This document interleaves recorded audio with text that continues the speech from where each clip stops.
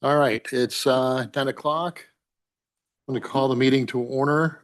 You have your cell phones, please mute them for the meeting. Also, I need to appoint Mike Copine to the committee to make quorum. With that said, Becky, we do roll call I sure will. Jack Scrockstead, here. Allie Huss, Dean Friel, Here. Katie White, Ron Gascoigne, Kevin Lally, and we have Mike Copine. for- All right.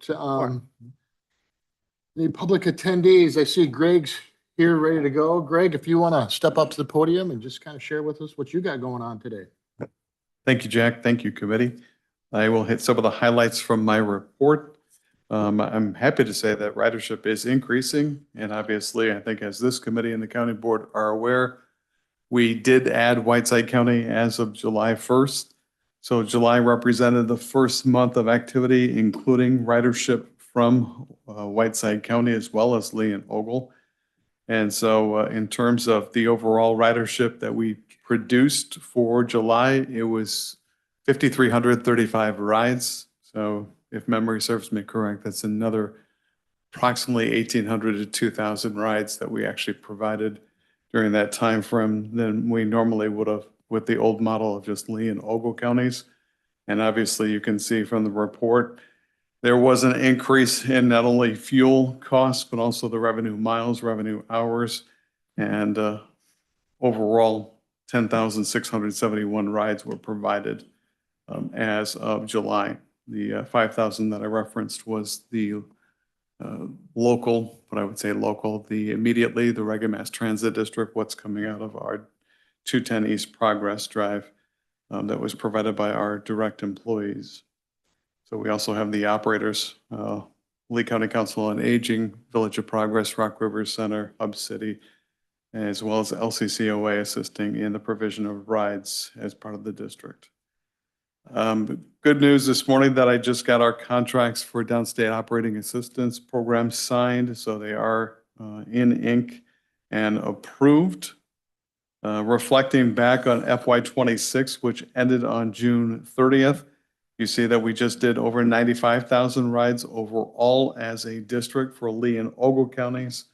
And our total revenue miles, just under 900,000 miles for rural Winnebago County, which obviously it's still in its infancy with FY26 being the first fiscal year of activity in rural Winnebago. 1,583 rides, 1,508 hours of revenue hours, and just under 30,000 revenue miles. I am happy to say as well that that D point on the first side of my report, we will be breaking ground in Oregon on our new office location, and actually had our first meeting with the general contractor yesterday afternoon.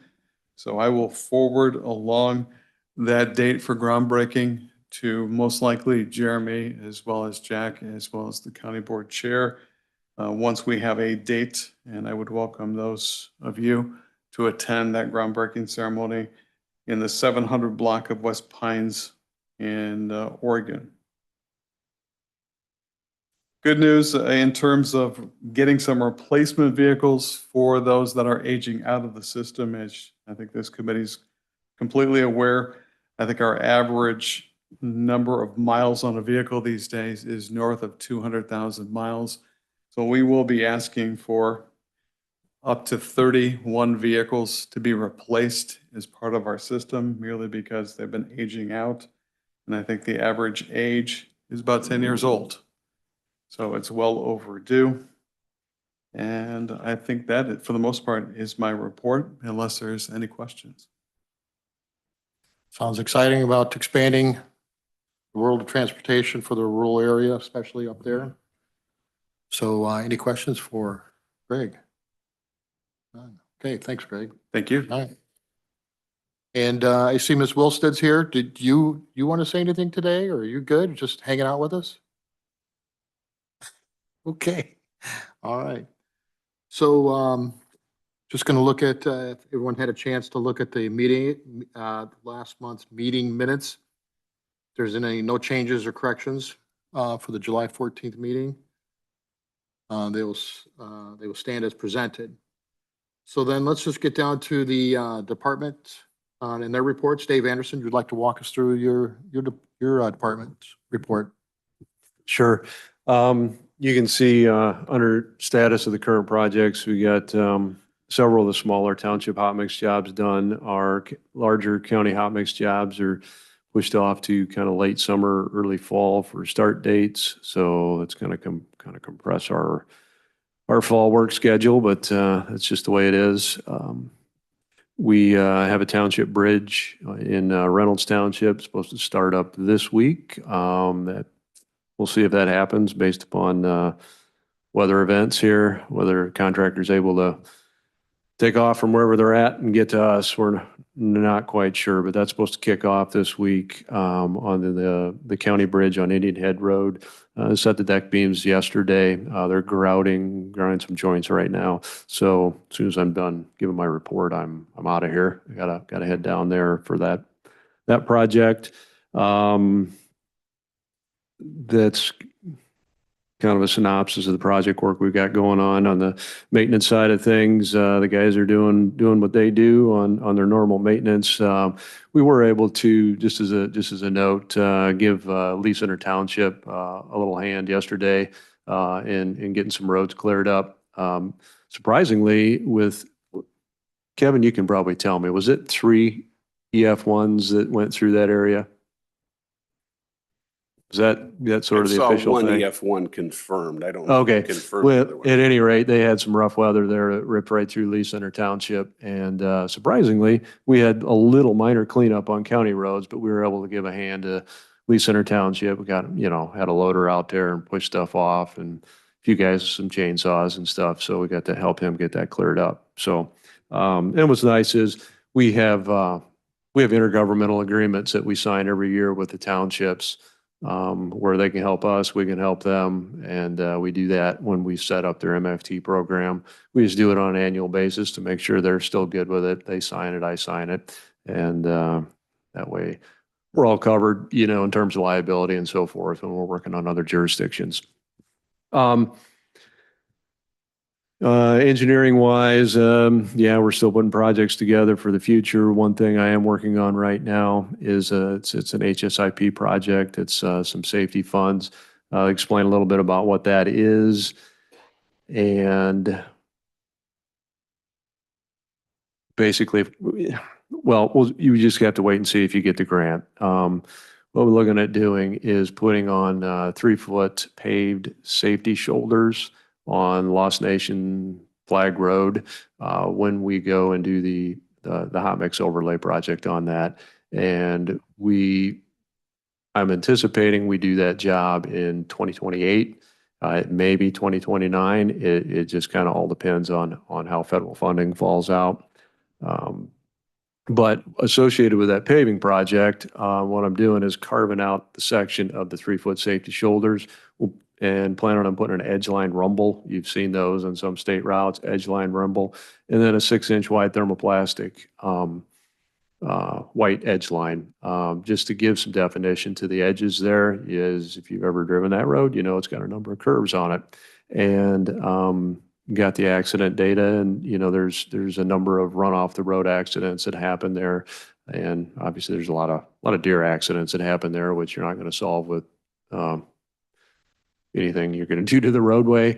But at any rate, it gives people a little more time to recover if they have to swerve off the road for one reason or another.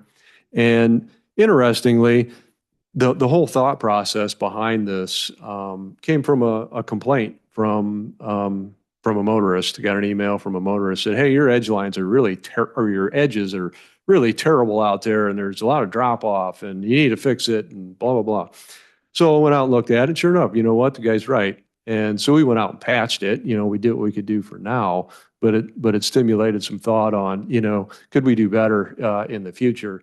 And knowing that road needed to be paved coming up, I thought, well, maybe we can try this route. Now that's going to be this whole safety project would be about $660,000. So if we do not get that, we're not going to be putting them on there because we're just not going to have the funds to do it. We'll get it, you get a paved road and, you know, we'll get the gravel shoulders shaped back up and everything, just like you would on any normal paving project. But I think if we could get this, it would really help out the situation on that particular road. But yeah, interestingly, yeah, hey, that just comes from a citizen complaint. So, you know, and you just kind of pay attention to it, and that really did stimulate some thought. And when I say that I don't know exactly when it's going to happen, it's like, well, why can't you figure out when you're going to pave that? Well, that, and again, that depends on the federal funding, which is fairly consistent. But what I'm most concerned about is what are my prices going to be? Okay. I don't know what that's going to be a year into the future. If you can tell me what oil prices are going to be a year from now, I could better predict it. If you can tell me 2 years from now, even better.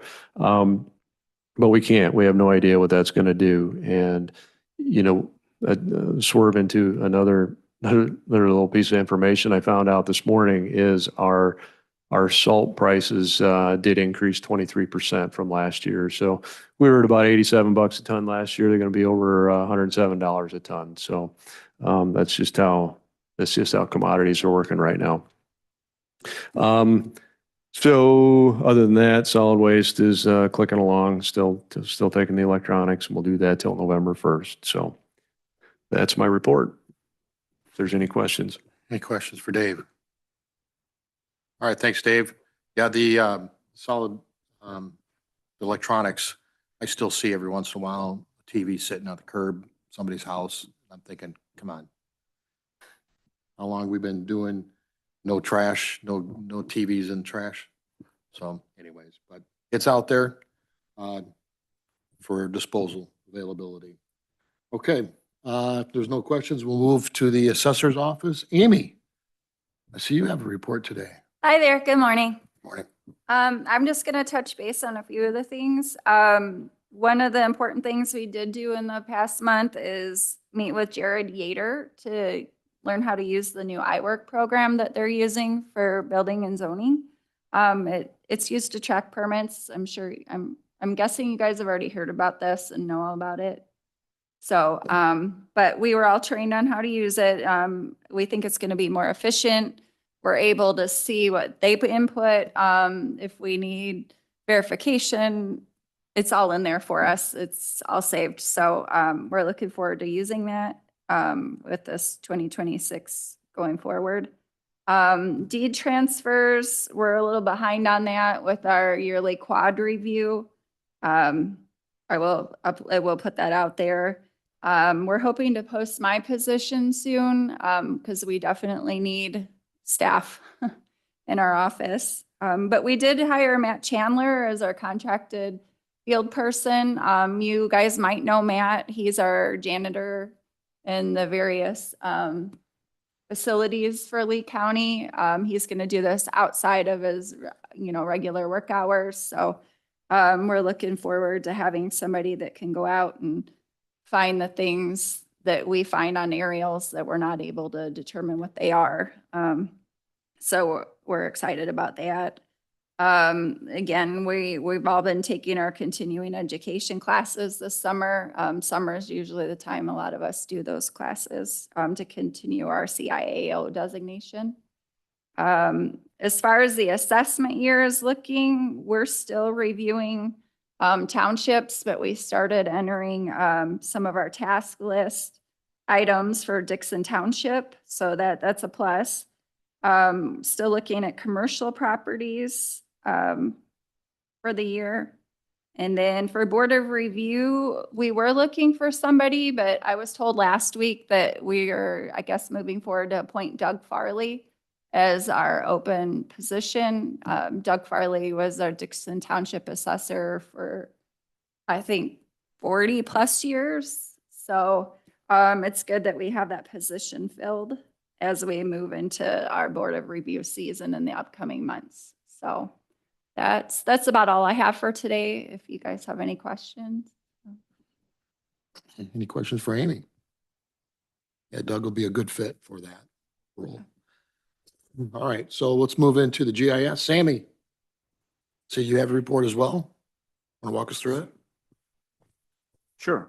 Good morning, everybody. The GS department continues to support daily operations by maintaining the online mapping system, processing parcel splits and combination requests, and updating core GS data sets. In addition, the department continues to maintain and update the NG 911 and 911 GS data sets to support public safety operations and emergency response. Data review and cleanup efforts are ongoing as we prepare for the upcoming 911 system upgrade and data migration project. As part of this work, the department also responded to a data request from the 911 center to support the sheriff's office and Dixon Police Department with the implementation of their new system. We also assisted the zoning office with assigning new addresses and updating the zoning map. Regarding staffing, the in-person interview process for the GS technician position is underway. The first candidate interview has been completed, and additional interviews will be scheduled in coordination with the HR department. Finally, we collaborated with CloudPoint Company and the IT department to review the technical requirements for the ARGIS Enterprise upgrade project and to prepare for the implementation phase. That's all I have. Are there any questions? Any questions for Sammy? All right, thanks, Sammy. Thank you. All right, let's move into the county board. Jeremy, do you have anything to report to the committee?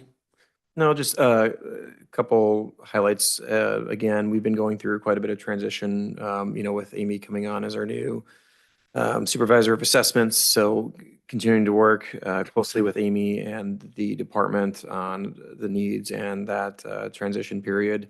There, we do expect to have the position that Susan and Amy has worked together to craft to replace Amy's role, which will be a little bit more of a hybrid.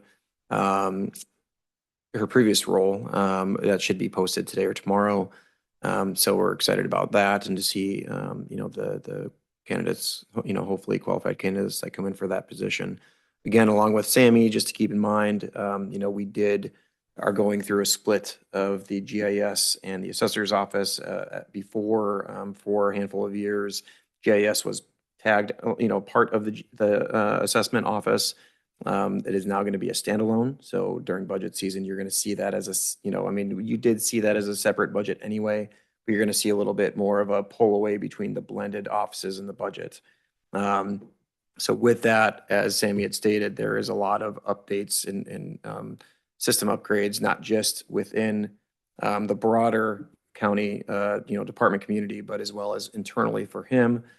So we are, really excited to bring someone on to help support Sammy here in the near future because there is going to be quite a bit of system changes that we really do need that technical support to assist him with that because right now Sammy's been a one-man show for too long. So looking through that as well. But otherwise, continuing to move forward and work with other departments on budgets. We've been through our the first handful of our budget hearings. We have a few left and, continuing to work with the treasurer's office and Reed, our finance director, on starting to work through those, the hard things that we've got to start trimming out once we understand the full budget scope and get all the projections done. So that's where we're at. Thank you, Jeremy. Any questions for Jeremy? All right, thank you. All right, let's move into the county clerk. Nancy, would you like to walk us through your report? Sure. Good morning. I'd like to give you guys a handout. There's also one attached into your my report there. This is your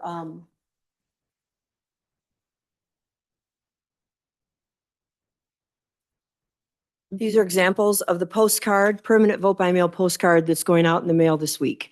So I just wanted to show you what those look like and how we've adjusted those with those boxes there for what you can check to permanently opt out of getting this postcard. Okay, these are mandated every 2 years. And the cost this year for just the permanent vote by mail is $20,368.51. I also want to do a shout out to the newspaper, and Peyton put in, I don't know if everyone saw that on Wednesday, July 29th, She called me and put together a really nice article in the paper about what voters need to know about Lee County vote-by-mail postcard applications. So that was tremendous to have her on board with that. We are mailing out approximately 20,000 of those cards. So please get the word out to your friends, your neighbors, to not throw them in the garbage and to please fill them out. They're never interested in getting a vote by mail ballot. They can hit that box and then that will take them off the list in 2 years for getting that postcard again. We only approximately have 2,000 people that will not get that postcard. So we have 22,000 registered voters in Lee County and approximately 20,000 are getting mailed out this week. And then the girls in the election are just, gearing up, getting ready for the election in November. And then also, working with the election that comes up in April, which is your city. Hopefully, going forward, the county will not have to have a primary in February. And that just determines how many people are interested in running for mayor and the 2 city council positions that are open presently. And that's my report. Any questions? Yeah, I saw that newspaper clipping and then they also put it on Facebook. So I did get a little bit Great. more traction on that. Still, there's some of the comments out there, people just don't understand. Right, The cost right. of it. But at least we're trying to get out there. And yes, I thank the newspaper for doing that and reaching out to you. So Yeah, and your example obviously looks a little weird because it's going to be in a postcard folded form. So everybody, please look out for those in the mail. And like you said, it's as simple as checking that box. You can just drop it off in our office and then you can be taken off there. And like you said, there's plenty of boxes that give you the option if you only want it for consolidated election, only want it for primary, there's definitely different options that you can check. did you get any, since that article went out, did you get any additional extra people that, Unfortunately, no. okay, well, I guess we tried. Yeah. All right, any Thank you. questions for Nancy? Thank you, Nancy, for everything you guys are doing over there. All right, let's move into IT department. Paul, I see your report got in this morning, so if everyone was looking for it last night, it wasn't there. Well, I'm going to enroll in time management skills, so Sure. trying to get you your But bids. it's- But there in now. case of, before I forget though, so Sammy's supporting multiple departments with solo right now. And then I'm going to be supporting Sammy and some of the upgrades so he can support everybody else. And openly, I still have to go through all the specs and I will do that right after this meeting. Right after this meeting also kind of speaks to computer deployments. Yesterday I unwrapped a new laptop computer that had Alice's name on it. So we'll be deploying that. My team will be getting in touch with you. But most of my report are heads ups. Heads up, kind of like Dave Anderson was saying about cost for certain things. Cost for new desktops and laptop computers and their components has been skyrocketing. Part of it's inflation, a lot of it has to do with the development of AI data centers eating up all of the storage devices and the like that would go into large like servers and things like that, but it's just driving up the cost for all technology. So I'm just giving you all a heads up of some of the cost increases that I'm going to have to deal with and manage going forward. In addition to that, I'm investigating, it's another heads up, evaluating options and costs to expand the Wi-Fi capabilities at new courts. 2 reasons for this: the increased use of laptops in new courts with people moving from office to court and back. The network isn't really set up for keeping things continuous and unbroken between their travels between offices, and so I'm going to be working on that. And the second reason is it's because the Wi-Fi network is aging out and needs upgrades to maintain speed and security. So you'll get a report in the future on that. And then because of the increased amount of storage, videos largely in law enforcement, whether it be squad cams, body cams, or surveillance videos. The storage needs for the sheriff's department, state's attorney, and public defender are kind of skyrocketing also. And the cost to expand those capabilities are skyrocketing too. So I'm evaluating the options for future storage needs to maintain the servers that they need to get their jobs done on premises without breaking the bank. So I'll be getting back to you after I talk to Jeremy about it, with options. So, and then we're continuing in our department. Jonathan and Travis are continuing to deploy new desktop and laptop computers to various departments. Right now, they're focused on wrapping up some at the LEC and in elections, but probably assign Travis and my best intern to yours, Alice. So there you go. And then I'm focused on a number of these research projects, plus supporting the court management system upgrade by providing data dumps, test data to our vendor, Tyler.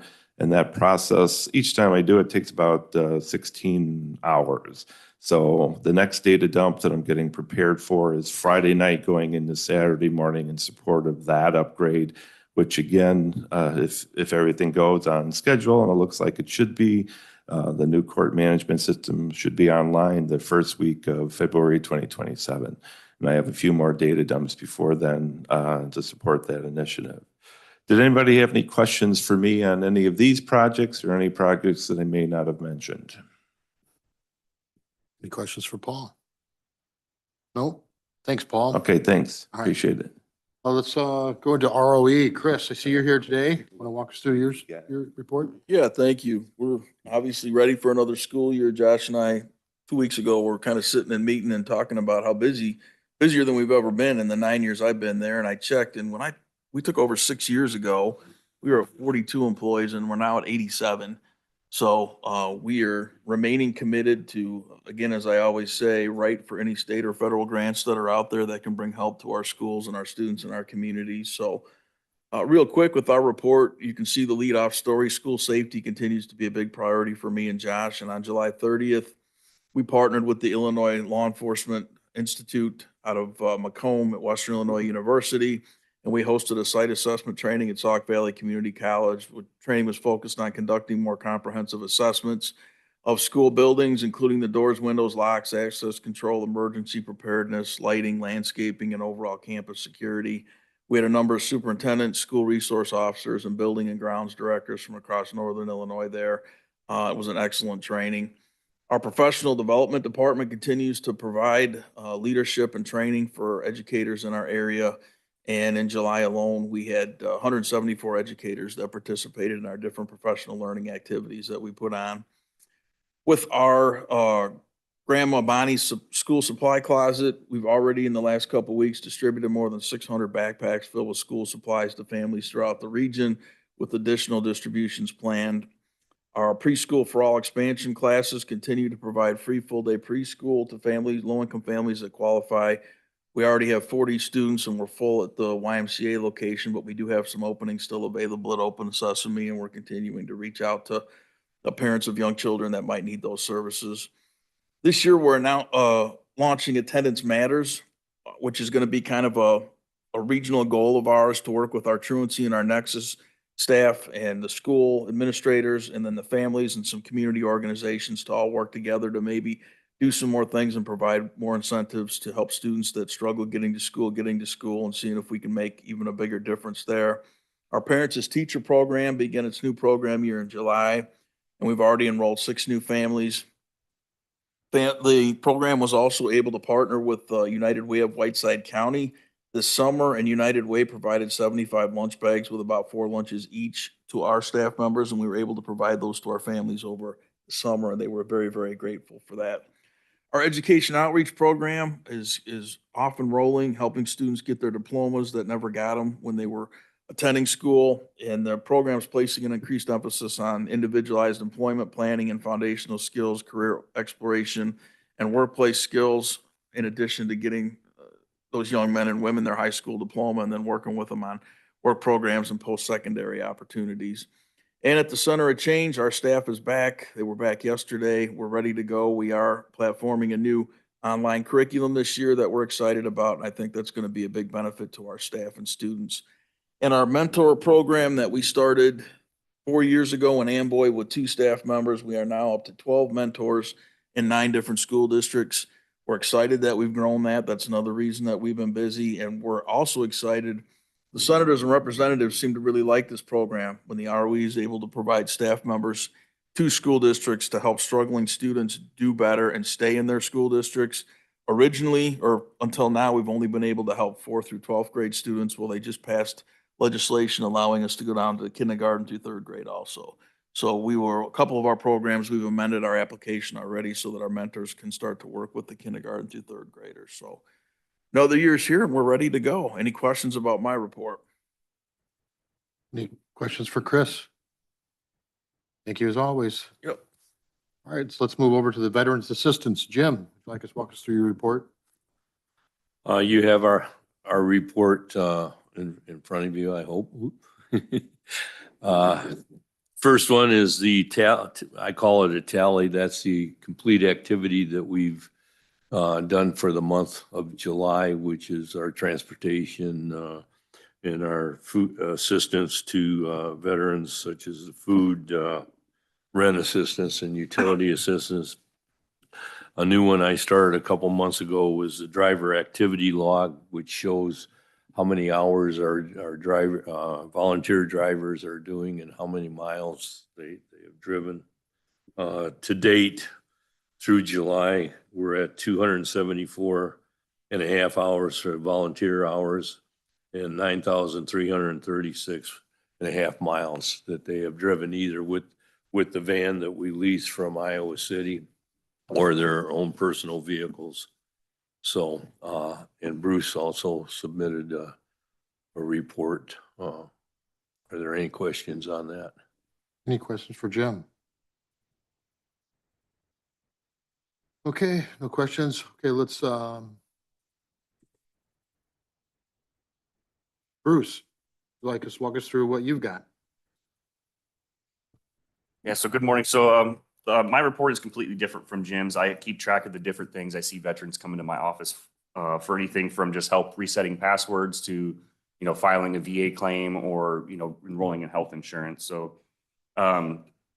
since I started my report, after the first week of July, I solved 29 different veterans. And the hours on there, I have hours spent with veteran. That's just the amount of time they spend in my office or the actual time I'm on the phone with them. If they come in and it's a 10-minute phone call, I just put it down for 10 minutes. Or if they come in and they're in my office for an hour, I record it for an hour. The biggest category that I saw people for last month was interest in filing VA compensation claims, or they already have a claim pending and they got a decision and they want to appeal it or something to that effect.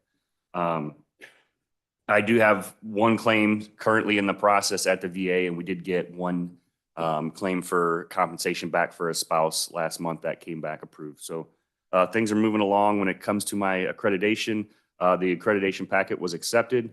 I was told it could take anywhere from 30 to 90 days for me to get my accreditation number, and that's the only thing I'm waiting on to get my access to the VA system to where I can, see everything the VA sees. So things are moving along, not super quick, but we're getting there. So pending any questions, that's all I have. Well, Bruce, what I got to say is what you're doing is important, and it's just a matter of time before, you're going to be busy. So, so it's just going to take some time, but yeah, what you're doing is good for these men and women out there. Yes, sir. We do have plans. Jim and I have talked, and we plan on going to some of the board meetings for the different veteran organizations in the area. We're going to get on the minutes for those board meetings, so drop off some business cards and things like that, so that way we can. Word of mouth seems to be the best way to spread. So that's the plan that we have going forward for now. Exactly. All right. Any comments or questions for these guys? All right. Thank you, gentlemen. All right. Let's go to zoning. Alice, would you want to walk us through your report? Good morning. This month, we do not have any new petitions going to the zoning hearing officer. At this time, we do not have any new petitions going to the planning commission in September. However, I want to make you aware that the Granny Rose property, they are looking to subdivide that. So as part of that subdivision, that does involve a filing of a petition for preliminary plat that will have to be approved by the county board. Also, since this property is within 1.5 miles of the city of Dixon, we will abide by their subdivision rules, as it is likely this property could be annexed at some point. It should be noted that also that the Lee County Regional Planning Commission typically meets on the first Monday of each month. However, in September, that is a holiday, so they will be meeting on Tuesday, September 1st at 6:30, if there is any business to attend. There are no petitions coming from the zoning hearing officer, and there is one petition coming from the Planning Commission, petition number 26 PC 124 by the Lee County Building Official. It's a petition to amend the text of Title IX to include siding, window, and door replacement and roofing without change to pitch or slope as work that is exempt from permit. Title IX, we're also amending the requirement for the Energy Conservation Code. We did have the 2021, the state recently adopted 2024, so therefore we have to comply with the state. And then in Title 10, there is a reference to BOCA, which no longer exists. And since we've adopted the International Code Council cycle, we have replaced that BOCA language with International Code Council. A public hearing was held on this petition on Monday, August 3rd. There was one member of the public present for the hearing, no members of the present public via Zoom. Following the close of the hearing, Ben Forster made a motion to recommend approval of the petition to the county board. Joe Bay, building official, is also here if you have any questions specific to that petition. In other news, we have issued the building permit for the Meadow Solar Project, which is the Dixon Park District's community solar project. On Wednesday, July 29th, we had an appeal go to the zoning hearing officer. The zoning hearing officer has referred that matter back to my office for further consideration. If this matter does end up in the trial courts, attorney or our hearing officer, Brian Brim, wants to make sure that we've exhausted all of our avenues here at this level before it gets to the courts. So he opted to send it back to me for further consideration. So we plan to reconvene on August 26th to continue that hearing. Also in iWork, as Amy mentioned, assessment is being trained. And I would also like to note that the health department has also is being trained and will be utilizing the iWork software. So it is kind of bringing several offices together under the software. I think it's going to be a really nice thing to have. Any questions? Any questions for Alice?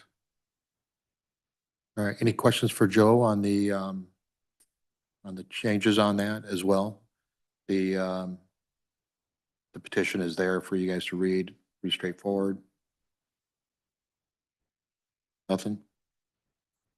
Okay, no questions. We're just going to go in and there's a motion to send the petition number 26 PC 124 to the executive committee for inclusion on the August County Board agenda.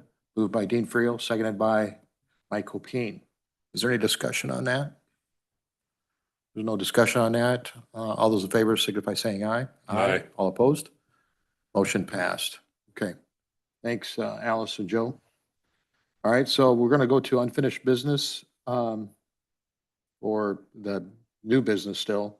This is on the technology overlay district updates. This is discussion only. So Alice, you've got something that you want to share with the public and the committee? Yes, just want everyone to be aware that we are currently taking another look at the technology overlay district ordinance.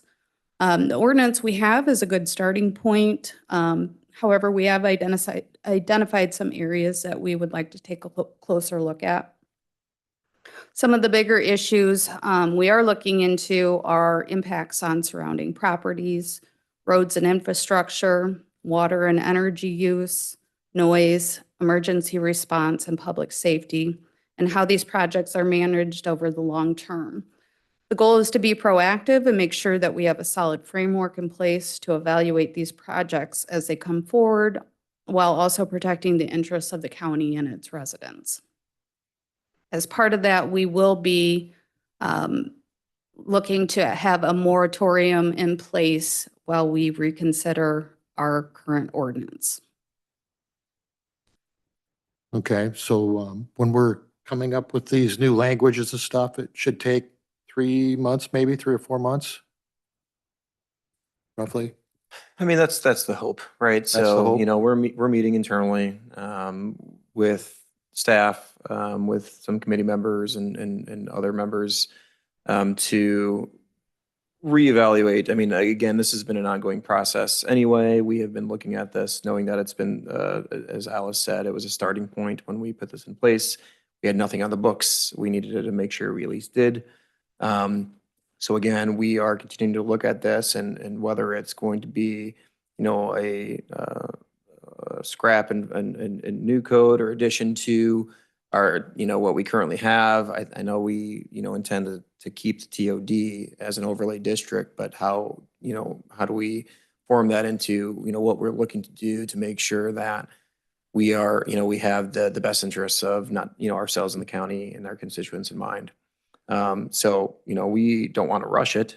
We want to make sure that we're looking at all avenues. We're thoroughly going through this. You know, so that's our intention is to bring during this process at minimum a 90-day moratorium to executive committee on Thursday for anything involving a TOD overlay district or data center. So while we have this process in place, if it takes more time, it takes more time and we could extend that moratorium. But we, you know, want to make sure that we take everything into consideration during this process. All right. And then just so the public knows that after we make these changes, it then goes to the planning commission. Correct?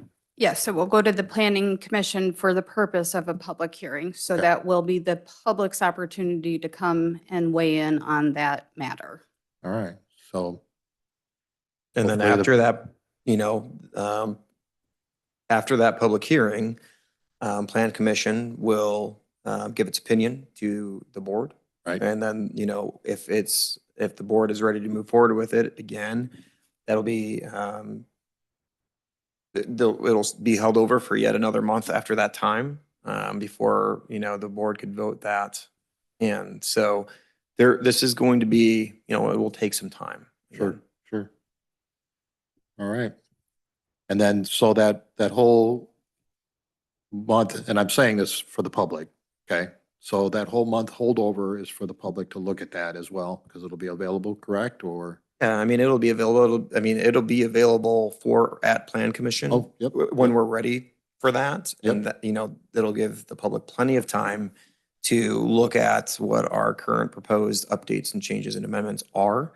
And again, that Plan Commission meeting will be the time for public input outside of anybody, you know, wanting to come to a county services meeting to speak during public comment. You know, so there's plenty of opportunities to, you know, join in this process. All right, perfect.